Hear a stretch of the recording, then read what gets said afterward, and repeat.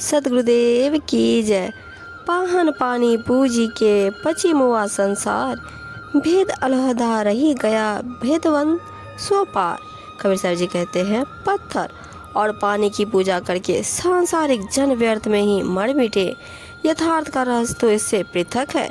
सत्य का रहस्य जानने वाला ही भवसागर से पार होता है। पत्थर लेकर मंदिर बनवाया और उसमें लाकर पत्थर की विशाल मूर्ति स्थापित कर दी। कुछ समय बाद वह पराधीन जड़ मूर्ति स्वयं ही एक दिन टूटकर मिट्टी में मिल गई। फिर भला वह किसी को क्या तारेगी। पंख होत परबस पयो, शुआ के बुद्धि नाही, अखिल बहिना आदमी यो बंधा जगमाही। कबीर साहब जी कहते हैं, बुद्धिहीन शुआ पक्षी पंखों के होते हुए भी अज्ञानवश दूसरों के बंधन में पड़ जाता है। इसी प्रकार बुद्धिहीन मूर्ख मनुष्य मोह माया की अज्ञानता में फंसकर इस संसार के बंधन में पड़ा हुआ, अर्थात सब कुछ कहते सुनते हुए भी मोह के बंधन से मुक्त नहीं हो पाता। अकिल बेहुना आंध्रा गज फंदे परवाए, ऐसे सब लग बांध दिया काहे कहूँ समझाए। साहब जी बताते हैं, ज्ञान बुद्धि के बिना प्रत्येक प्राणी आंख रहते हुए भी अंधे के समान है। जैसे बुद्धिहीन मदमस्त हाथी अपार शक्तिशाली होते हुए भी जाल में फंस जाता है, इसी प्रकार इस जग का प्रत्येक जीव अपने अपने विमान से बंधा हुआ है। किस किस को समझाऊं, अर्थात वेग बिना जहाँ देखो यही हाल है।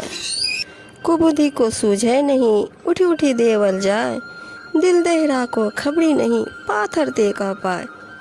कबीर साहब जी कहते हैं, कुबुद्धि जीव को तो सूझता ही नहीं है। वह तो नित उठकर मंदिर मस्जिद में जाता है। उसको हृदय मंदिर का पता नहीं है कि इसी में राम और रहीम विराजमान है। भला ये लोग पत्थर की मूर्ति या मस्जिद में क्या कुछ पा सकते हैं।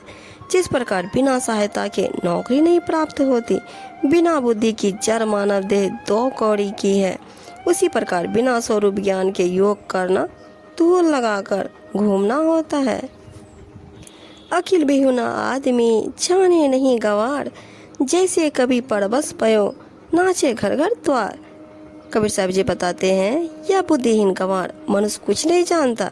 जिस प्रकार मन बंदर मदारी के वश में होकर घर घर एवं द्वार द्वार नाचता है, उसी प्रकार ही मताभिमानी अपने अपने अहंकार के वश होकर नाचते हैं। जिस प्रकार बुद्धिहीन सिंह ने अहंकारवास खरगोश के साथ जाकर और कुएं के जल में अपनी परछाई देकर उसमें कूदकर अपना शरीर नष्ट कर दिया। उस कबीर सालीग्राम का मोही भरोसा नाही, कहल कहर की चोट में भिनसी जाए छिन माही। कबीर जी कहते हैं, पत्थर के सालीग्राम से कल्याण प्राप्ति का बिल्कुल भी भरोसा नहीं है, क्योंकि वह तो काल की कठिन चोट से क्षण भर में नष्ट भ्रष्ट हो जाएगा। जितने प्राणी हैं वे ही सालीग्राम भगवान है। बोलने डोलने वाले को पूजो, अर्थात प्राणियों की सेवा करो। पत्थर पूजने से कोई लाभ नहीं हो सकता।